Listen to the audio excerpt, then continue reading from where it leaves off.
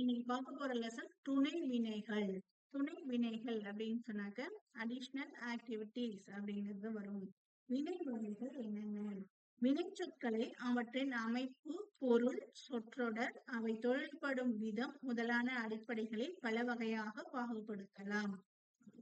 இந்த வெர்ப் வினைச்சொற்கள்லாம் நம்ம ஆல்ரெடி பார்த்திருக்கோம். வெர்ப் அப்படின்னு பார்த்திருக்கோம். அது எந்த விதத்துல பயன்படுது அப்படிங்கறத வச்சு அதனுடைய அமைப்பு இதை வச்சு நம்ம பல வகைகளாக நம்ம டிவைட் பண்ணிக்கிறோம். அதுல ஃபர்ஸ்ட் தனி வினையும் கூட்டு வினையும். வினை சொற்களை அமைப்பின் அடிப்படையில் தனி வினை கூட்டு வினை என இரு வகைப்படுத்தலாம். அதுல மென்ஷன் பண்ணிருக்க மாதிரி தனி வினை அப்படின்னு சொன்னாக்க செப்பரேட்டா இருக்கக்கூடியது, கூட்டு வினை அப்படின்னாக்க ஜாயிண்டா இருக்கக்கூடியது அப்படின்னு நம்ம 2 டைப்ஸா டிவைட் பண்ணிக்கிறோம். தனி வினைனா என்ன அப்படிங்கறத நம்ம பார்க்க போறோம். படி, படியுங்கள், படிக்கிறார்கள், மேற்காணும் சொற்களை கவனியுங்கள். இவற்றில் படி என்னும் வினையடியும் சில ஒட்டுகளும் உள்ளன. படி என்னும் வினையடி பகாபதம் ஆகும். பகுபதம் பகாபதம் நம்ம பார்த்திருக்கோம். பகுபதம் அப்படின்னு சொன்னாக்க பிரிக்கக்கூடியது, பகாபதம் அப்படின்னா பிரிக்க முடியாதது அப்படிங்கறத பார்த்திருக்கோம். படிங்கிற வார்த்தையை நம்மளால திருப்பி பிரிக்க முடியுமா? முடியாது. அதனால நம்ம பகாபதம் சொல்றோம். அதை மேலும் பொருள் தரக்கூடிய கூறுகளாக பிரிக்கக்கூடியது. இவ்வாறு தனி வினையடிகளை அல்லது தனி வினையடிகளை கொண்ட வினை சொற்களை தனியாக்கக்கூடிய வர்ப நம்ம என்னன்னு சொல்றோம் அப்படின்னு சொன்னாக்க தனி வினை அப்படிங்கறத சொல்றோம்.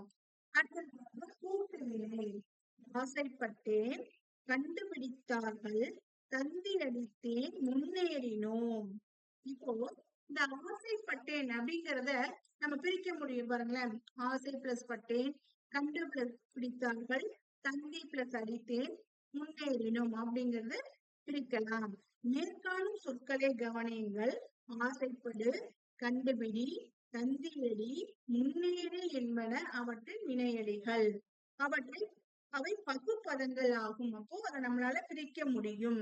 இவ்வாறு பகுபதமாக உள்ள வினையடிகளை கூட்டு வினையடிகள் அப்படின்னு சொல்றோம்.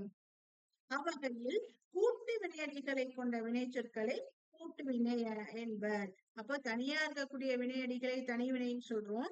ஜாயிண்டா இருக்கக்கூடியது கூட்டு வினைகள் அப்படின்னு நம்ம சொல்றோம். இப்போ இந்த கூட்டு வினைகளை 3 வகைகளாக பிரிச்சுக்கிறோம். எப்படி டிவைட் பண்ணிக்கிறோம் அப்படின்னு சொன்னாக்க 3 டைம்ஸா டிவைட் பண்ணிக்கிறோம். பெயர் பிளஸ் வினை ஈக்குவல் டு வினை. ஃபர்ஸ்ட் பெயர் பிளஸ் வினை அப்படிங்கும் போது அதுல எக்ஸாம்பிள்ஸ் கொடுத்திருக்காங்க பாருங்க. தந்தி பிளஸ் அடி தந்தியடி, ஆணை பிளஸ் இடு ஆணையிடு, கேள்வி பிளஸ் படு கேள்விப்படு. தந்தி அடிக்கிறது பிளஸ் அடி அப்படிங்கும் போது இது ரெண்டுமே தந்திங்கிறது ஒரு பெயர், அடிங்கிறது ஒரு வினை. அதுல சேரும் போது தந்தியடி அப்படிங்கிறது. ஆணை பிளஸ் இடு, ஆணையிடுறது, ஆர்டர் போடுறது அப்படின்னு சொல்லுவாங்க இல்லையா. ஆணைங்கிறது ஒரு பெயர், அந்த இடுங்கிறத சேர்க்கும் போது ஆணையிடு அப்படிங்கிறது. அப்போ பெயரும் வினையும் சேர்ந்தாக்க ஒரு வினை வருது. அடுத்தது பாருங்க, வினை பிளஸ் வினை ரெண்டுமே ஆக்ஷனா இருக்கிறது. கண்டு பிளஸ் பிடி கண்டுபிடி, சுட்டி பிளஸ் காட்டு சுட்டி காட்டு, சொல்லி பிளஸ் கொடு சொல்லி கொடு அப்படின்னு வரும்போது வினை பிளஸ் வினை அது ஈக்குவல் டு என்னவா மாறுது அப்படின்னு சொன்னாக்க வினையா மாறுது. அடுத்தது பாருங்க, இடை பிளஸ் வினை வினை, முன் பிளஸ் ஏறு முன்னேறு, பின் பிளஸ் பற்று பின்பற்று, கீழ் பிளஸ் இறங்கு கீழிறங்கு.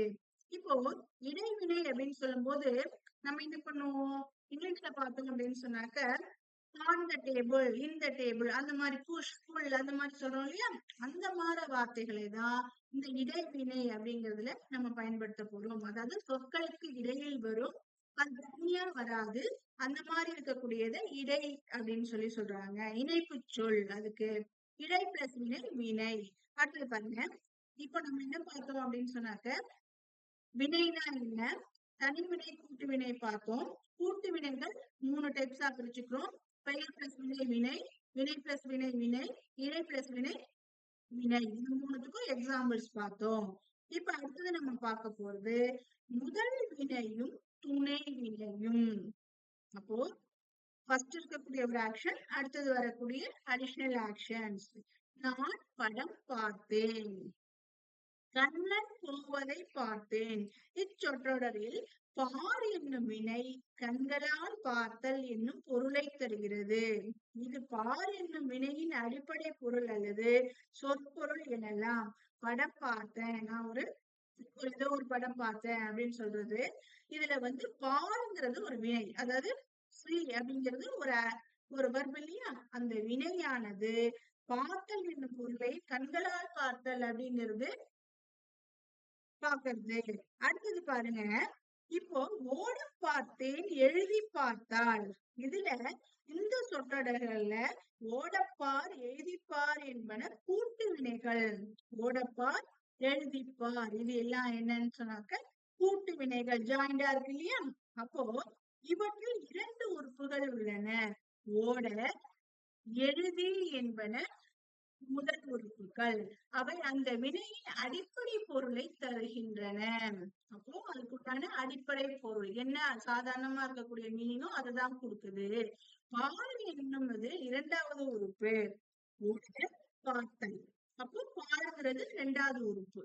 இவ்வினையின் அடிப்படை பொருளான பார்த்தல் என்னும் பொருளை தராமல் தனது முதல் உறுப்போடு சேர்ந்து வேறு பொருள் தருகிறது.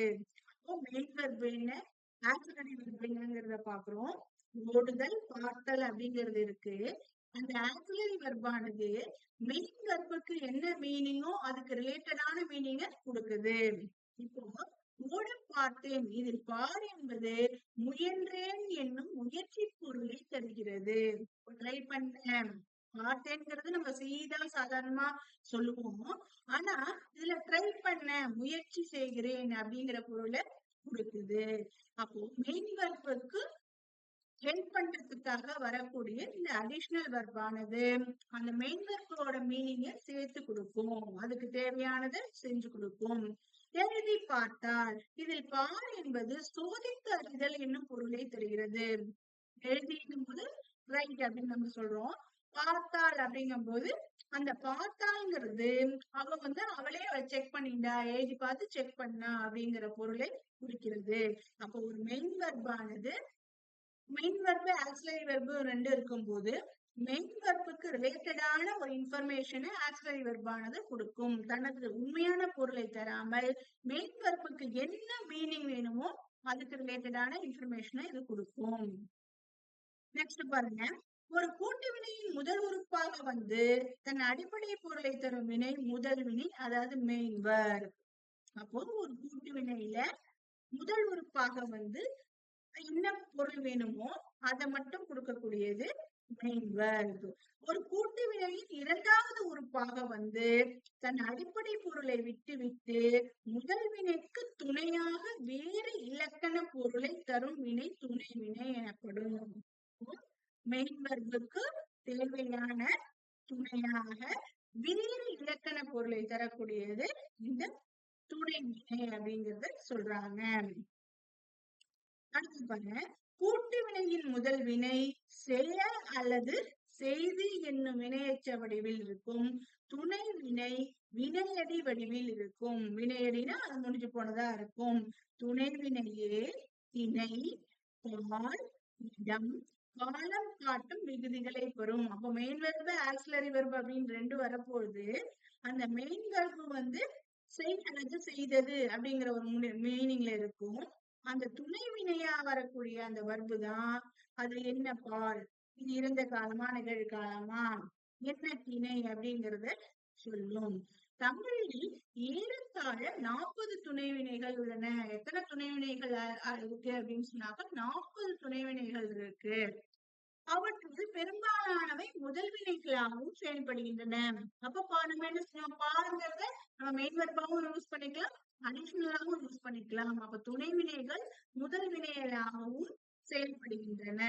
அடுத்தது பாருங்க, பார், இரு, வலி, கொள், போ, வா, முடி, விடு, தள்ளு, போடு, கொடு, காட்டு முதலானவை இருவகை வினைகளாகவும் செயல்படுகின்றன. அப்ப இங்க கொடுத்திருக்கக்கூடிய சொற்கள் எல்லாமே மெயின் வெர்பாவும் வரும், ஆக்சிலரி வெர்பாவும் வரும். பார், இரு, வை, கொள், போ, வா, முடி, விடு, தள்ளு, போடு, கொடு, காட்டு. என்ன, வாட் ஆர் த கேரக்டரிஸ்டிக்ஸ் அப்படின்னு சொல்லி பார்க்க போறோம். துணைவினைகள் பேசுவோரின் மனநிலை, செயலின் தன்மை போன்றவற்றை புலப்படுத்துகின்றன. நம்ம ஏற்கனவே சொன்னோம், இந்த துணைவினைகள் தான் காலத்தை காட்டும் அப்படிங்கறத சொன்னோம்.